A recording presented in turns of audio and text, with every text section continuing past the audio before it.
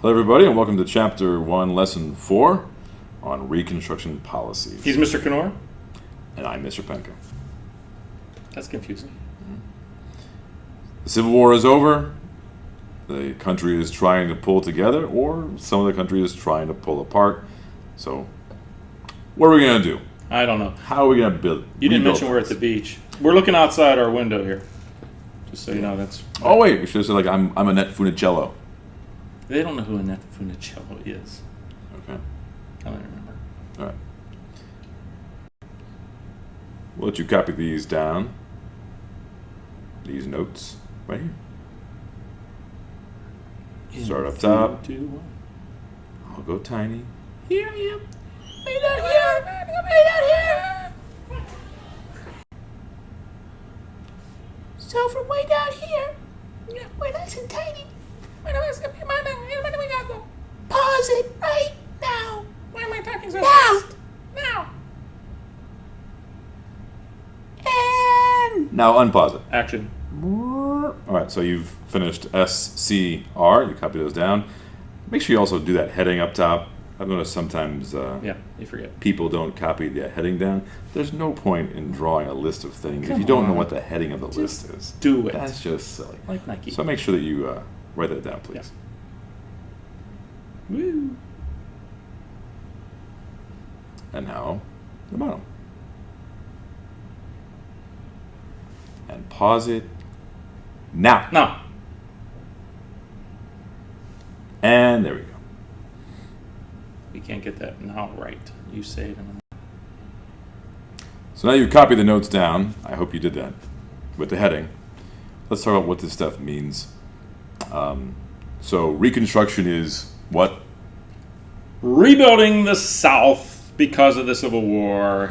We have to do this after every war, so we're still doing rebuilding in Iraq and Afghanistan. Get used to it. After World War II, you got to rebuild Germany and Japan. So after war, hopefully comes the Reconstruction, or you can just say, you know what, you're just broken and we're going to leave it at that. I don't care. Yeah. So we're going to rebuild after the South. And there are a few policies that made the South want to... That's our memory trick. Okay. Scream. So, Southerners did not like these policies.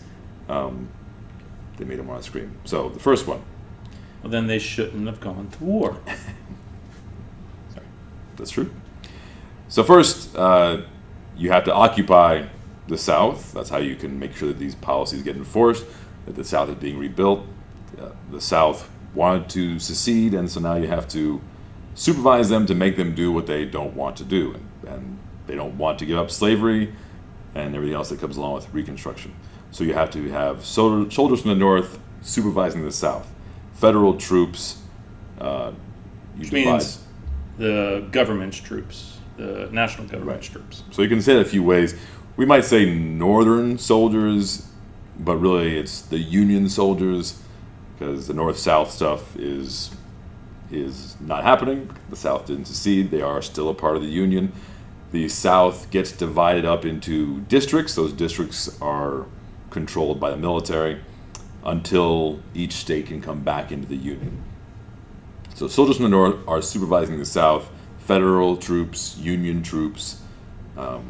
You could say Northern, and that might be okay. But You can imagine how much the Southerners did not like the soldiers already, let alone to have them come around and supervise them. But Okay. Bagger carpets. Mary Poppins, carpetbagger. Yep. Carpetbaggers from the North were resented because some of them took advantage of the South. So, Yeah, they'd rip you off. They were down there to rip you off in some way to their advantage. right. Hitting you over the head with a carpet bag. Stuff like that. Right. A carpet bag is just like a duffel bag. It's soft-sided, and so you pack it up quickly. It's cheap. You stuff all your clothes in it, and you travel fast. So Mary Poppins does have a carpet bag, a magic carpet bag, and the idea is, she's traveling around and moving fast. But the name carpetbagger suggests you're traveling fast in order to take advantage of somebody. This classic one is where they're selling elixirs or bottles of stuff that they're trying to tell you, this cures everything. Whatever it is, this cures it. Which I'm pretty sure it did. this lanyard of mine, Cures everything. actually it prevents bears. I have never been attacked by a bear as long as I've worn this thing. And it grows hair. I'll be happy to sell this to you for $100. Bare minimum. It's good. All right, so carpetbaggers taking advantage of the South. It's also taking land, so people they've lost their free labor. That's what a slave is, and now they can't afford the rent or tax on their property, and so they have someone coming down offering to buy it for a quarter of the price. Yep. Carpetbagging. Rights for African Americans were gained as a result of the Civil Rights Act of 1866. Remember that date, 1866. Now I can remember that by I think Civil Rights Act of '66. It looks kind of like two guys marching with guns. I don't care. You're gonna tell me it's not a gun, but It's a gun. gun. And here they are marching. Do, do, do, do, do, do, do, do, do. I was thinking it looked like two eyes with big eyebrows going up, but Nope. now that you've added the rest of it, it looks more like that. I don't know why they're holding their guns like seashells to their ears like that. Yeah. But You that could reminds hear, me that you could hear the sound of the guns. yeah, and Reminds you of what? you're smiling. It's He's hard to draw really with good the at finger. art, as you can tell. So I just think of Civil Rights Act of '66. The war is over in '65, and the Civil Rights Act of '66 is what guarantees Civil equal rights. treatment for African Americans. How? Because there's federal troops down there enforcing it. So if you want to treat them like slaves, restore them to slavery, Nope. the federal troops are there, the Union troops are there to make sure that you don't. Good. So I think of '66, looks like two soldiers holding guns. One of them is Bill, one of them is Ted. Bill and Ted. Valentine. Bill and Ted. I'm just waiting. So rights were gained, Civil Rights Act of '66. Then they established the Freedmen's Bureau to aid former enslaved African Americans in the South. The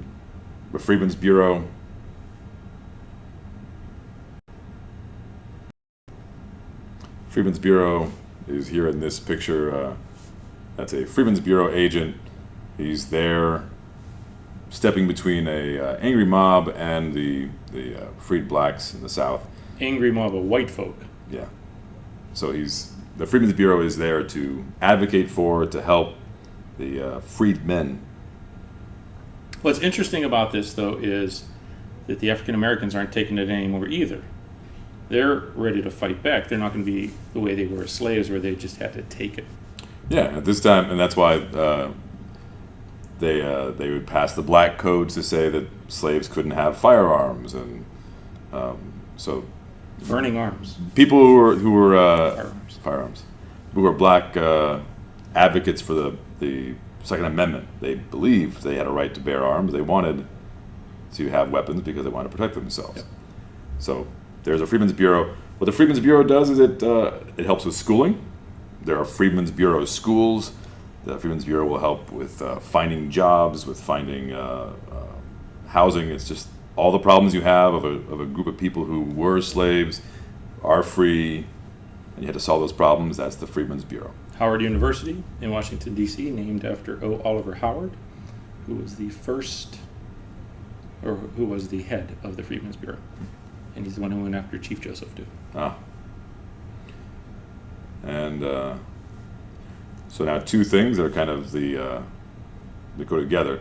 So African Americans can now hold public office, and so you have remember last year this is great one about Robert Smalls, who escaped from slavery in I believe South Carolina, and he went on to become a member of Congress. So if you have these leaders, and almost anybody who was wealthy in the South would have been an officer in the Confederacy. Yeah, Confederacy. And they now they're in a sense traitors. They were at war with the federal government, and so you wouldn't trust them to be in leadership positions anymore, and they can't hold public office, but African Americans can. And even someone like Robert E. Lee, who believed in what the North was doing and would have been a great leader and would have pulled people back together as a leader, he's not allowed to hold office either. So guys that were good military leaders that had good morals, good character, couldn't be leaders either. And so those guys certainly in those positions could have helped. But instead, you get a lot of scumbags who... Do you think that was a thing that could have been done differently? Yes, but I'm glad I wasn't in charge of it. Yeah. It's hard to say because you've got people who have a lot of influence. So Robert E. Lee has a lot of influence, and he could have helped, but he also could have made things worse by using power and saying, all right, we're going to rise up again. All right, so that's Scream. On your left-hand page, make sure that you write down your 2 tweets, 2 questions, 2 tweets,